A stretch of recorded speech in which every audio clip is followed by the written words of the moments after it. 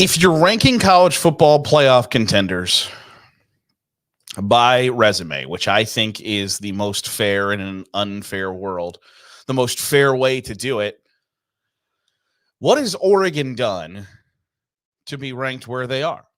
Number 6 in the country, ahead of Texas and Alabama, and is the top one-loss team in America. But when you ask that question, I don't know what the answer is that makes you logically say that they are, without a doubt, 100% the best team with one loss. Do they have the best loss in America? Sure.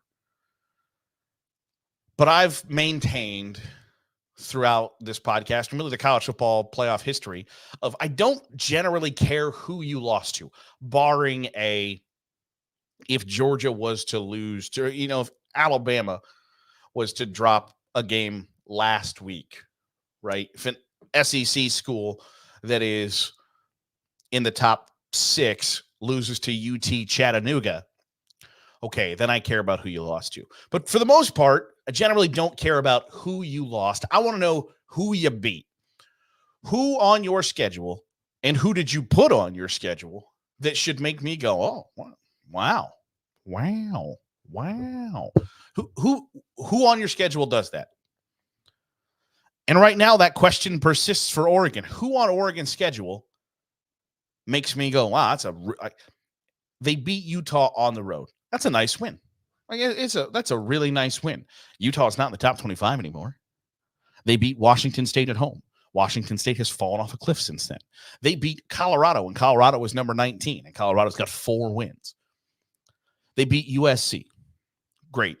It's the Trojans. It's Lincoln Riley's worst season ever as a head coach. So when you go through the list of okay, who have you beat? That answer is kind of glaring for Oregon.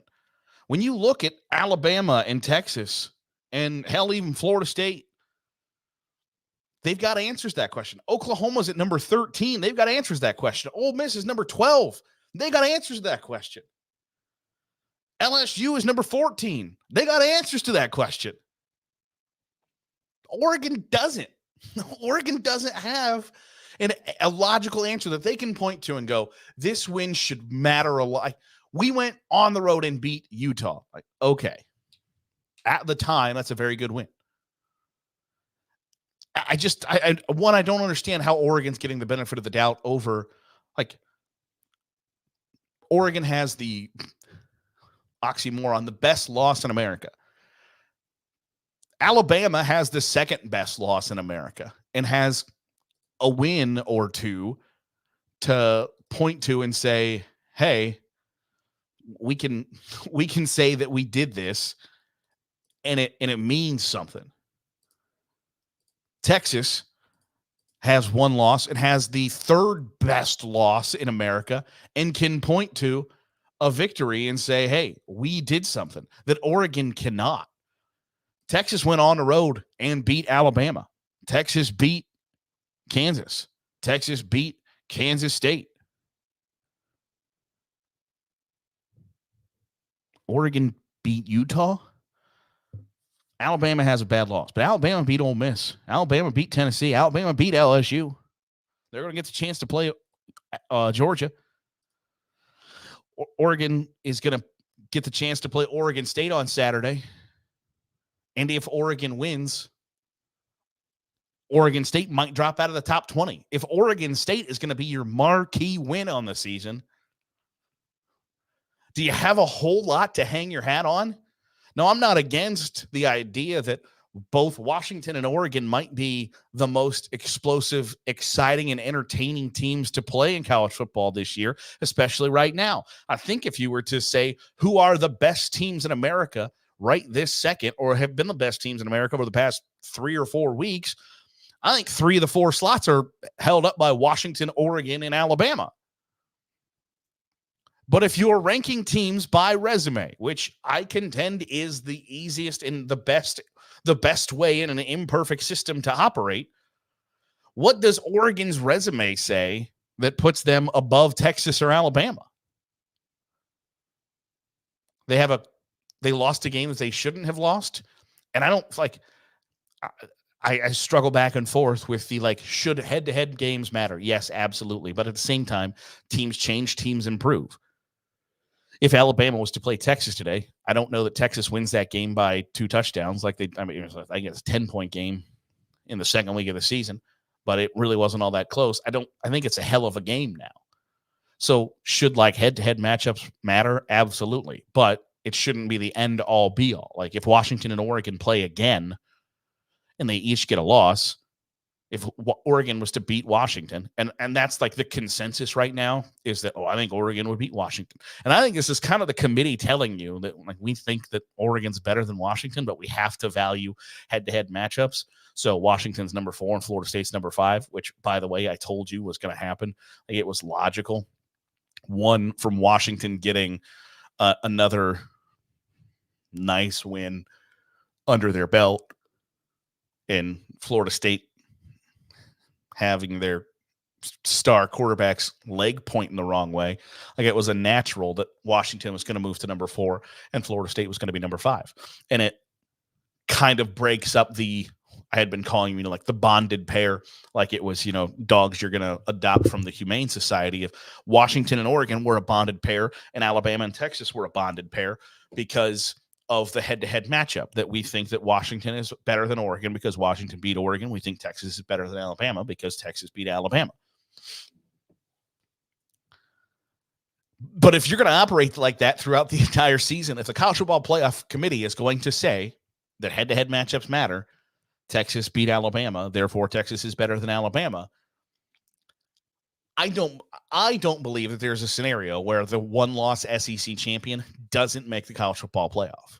If Alabama beats Georgia, I think we got. I would venture to tell you, barring that there are 3 other undefeated conference champions, that both Alabama and Georgia are in the playoff in that scenario. And Texas is left out. But if you're going to spend every week telling me that head-to-head matchups matter and that Washington beat Oregon, therefore Washington is better than Oregon, and Texas beat Bama, therefore Texas is better than Alabama, it's a hell of a task to then, when push comes to shove, keep Texas above Alabama in the rankings if Alabama beats the number 1 team in the country. Now, I think you can make the argument, and I think the rational, logical person can say, hey, did Texas beat Alabama? Yes, but Alabama just beat the 2-time defending national champions who haven't lost since Donald Trump was still president. Okay, that means something. That makes a lot of sense.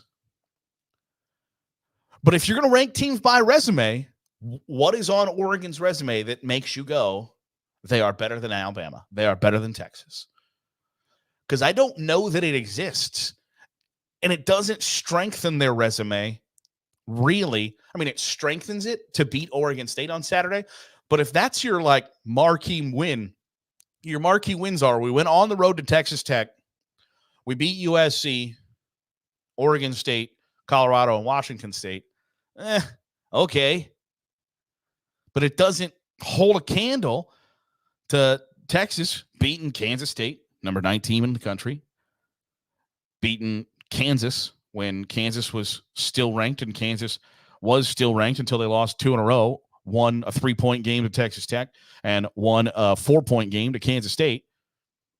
Kansas was in the top 25 not that long ago. Alabama's got wins over Tennessee. Alabama's got a win over Ole Miss. Alabama's got a win over LSU. So if you're going to try to put bias aside and say, this is all about the eye test, yada, yada, we're putting the eye test aside, it's all about resume. What in the hell has Oregon done outside of the eye test that makes you think these guys are really good? And they are. And that's part of the plight this year in college football. And I think any of these, I don't think Florida State can win the national championship anymore. But 1 through 4 and 6 through 8, I think could win the national title, depending on who they were matched up against. And I don't think that's outrageous to say. But that part of the thing that sucks about having a 4-team playoff is you got 7 teams that conceivably any of those 7 could beat any of the other 7 or all of the other 7. on a given day. But if you're going to say resume is what matters most, how is Oregon not ranked 8th right now?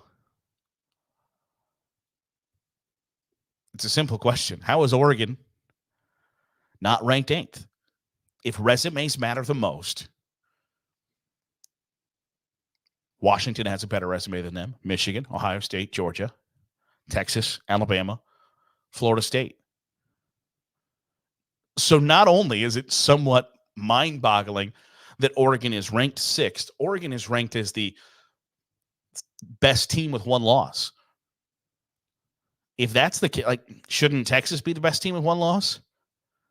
Texas has the best win in America. They went on the road and beat Alabama. And their loss is to the number 13 team in the country in a rivalry game where you kind of throw that stuff out the window. I think you made the argument Texas should be ranked 5th or 4th even, because I think the committee is just waiting for Washington to lose. It appears as if they don't have a lot of respect and admiration for what Washington has done, which is baffling to me, because when you look at the top 25, what are there? 1, 2, 3, 4. There's 4 Pac-12 schools in the top 25. And 2 of them are in the top 6. And yet the respect Washington is getting is behind Florida State. Seems weird to me. I think that if you were to bug the committee room, I think they would tell you that Oregon, Texas, and Alabama are better than Washington.